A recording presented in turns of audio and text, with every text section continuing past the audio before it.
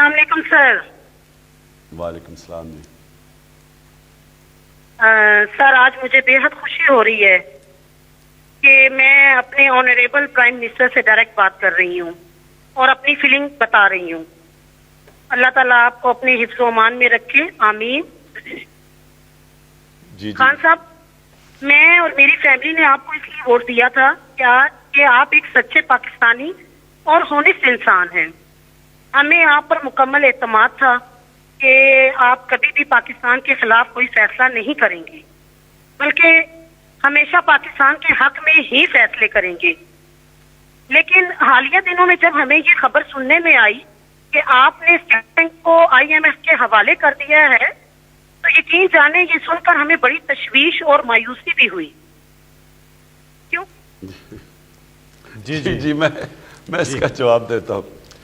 دیکھیں, پہلے میں اپنی قوم کو سمجھانا چاہتا ہوں کہ یہ IMF یہ کون سا جانور ہے. یہ سمجھ تو جائیں کہ یہ IMF ہے کیا چیز, ہوتا کیا ہے.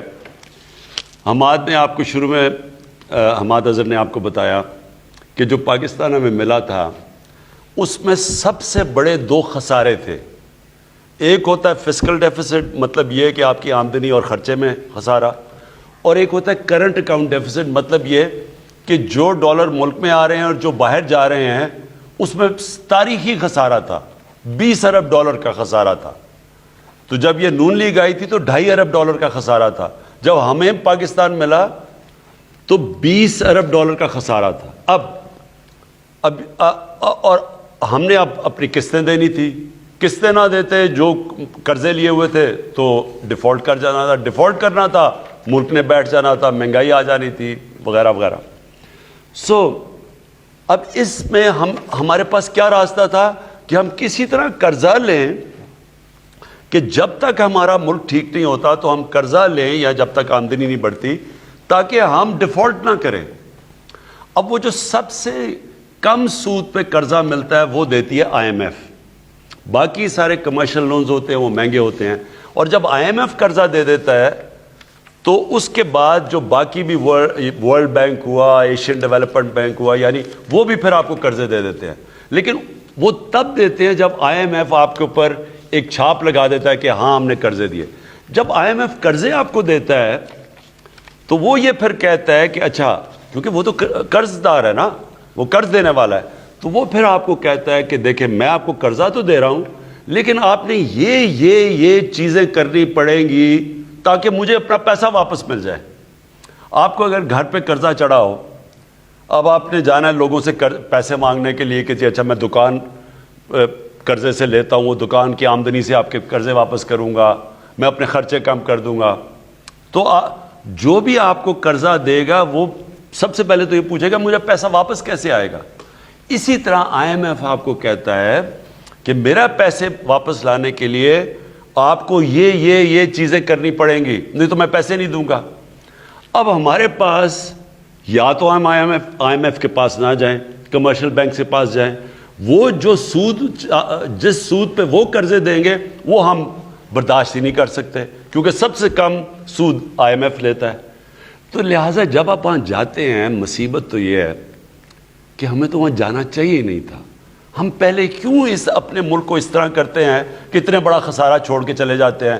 خود بار بار لندن میں بڑے بڑے محلات بڑے بادشاہوں کی طرح چلا رہے ہیں, یہاں کا پیسہ چوری کر کے وہاں لے گئے ہیں اور ملک کو مقروض کر کے چھوڑ گئے ہیں, اور ہمارے اوپر سارا بوجھ گر گیا کہ جی اب کیا کریں ملک. جب ہم IMF کے پاس گئے انہوں نے کنڈیشنز لگا دی. اب اللہ کا کرم یہ ہے کہ آج آپ ذرا سمجھ جائیں کہ آج ہم کھڑے کدھر ہیں. ابھی ہمارے ایک تو اس نے یہ آپ کو بتا دیا نا کہ ہماری ساری چیزیں پازیٹیو ہیں. جو کرنٹ اکاؤنٹ جو ہمیں ملا تھا سب سے بڑا خسارہ, آج پاکستان 7 مہینے سے ہمارا جو کرنٹ اکاؤنٹ ہے وہ سرپلس پہ چلا گیا ہے. 20 ارب ڈالر کے خسارے سے پچھلے 7 مہینے میں. یہ بہت بڑی ہماری اچیومنٹ ہے جو کوئی اس کے اوپر بات ہی نہیں کرتا کہ آج ہم سرپلس پہ ہیں. ہمارے ملک میں زیادہ ڈالر آ رہے ہیں, کم باہر جا رہے ہیں, جس کی وجہ سے روپیہ مضبوط ہو رہا ہے, جس کی وجہ سے اتنی دیر کے بعد روپیہ طاقت پکڑ رہا ہے. اگر خسارہ ہوتا روپیہ نے نیچے گرنا تھا. تو مسئلہ اب کیا ہے؟ مسئلہ یہ ہے کہ آئی ایم ایف کے ہم پروگرام میں ہیں، وہ اب کہہ رہے ہیں کہ آپ کو یہ کنڈیشنز کرنی چاہیے، اسٹیٹ بینک ان میں سے ایک ہے۔ اسٹیٹ بینک میں جو ابھی آپ اتنا جو شور مچ گیا ہے، یہ صرف ایک سرسری چیز سامنے آئی ہے، اس کے اوپر ابھی پارلیمنٹ میں جا کے ڈیبیٹ ہونی ہے پوری، اور پارلیمنٹ میں ڈیبیٹ یہ ہوگی، سارے اپنے سامنے رکھیں گے۔ ظاہر ہے ہم کوئی ایسی چیز تو نہیں کرنے لگے، میری تو کوئی باہر پراپرٹیز نہیں ہے، میرے تو باہر بینک اکاؤنٹس نہیں ہے، میرا تو جینا مرنا یہاں ہے۔ وہ کوئی آپ سمجھتے ہیں کہ میں ایسی چیز کروں گا جدھر پاکستان کے انٹرسٹ کو میں کمپرومائز کروں گا؟ ہاں، اگر میری اربوں ڈالر کی باہر پراپرٹیز ہوتی اور محلات ہوتے تو میں بھی سوچتا پاکستان ڈوبے گا، میں باہر چلا جاؤں گا۔ جس طرح کہ کبھی ہوا ہی نہیں ہے کہ ایک ملک کا 3 دفعہ پرائم منسٹر، اس کے بچے بھی باہر بیٹھے ہیں، اس کے پراپرٹیز بھی ہیں، مہنگے مہنگے گھر بھی باہر ہیں، بڑی بڑی گاڑیاں بھی باہر ہیں، اور ہے یہاں کا جی میں پاکستان کا یہ دنیا میں کہیں نہیں ہوتا۔ جب آپ کا جینا مرنا آپ کے ملک میں ہوتا ہے، آپ کبھی اپنے ملک کے لیے وہ فیصلے نہیں کریں گے جو اس ملک کو نقصان پہنچیں گے۔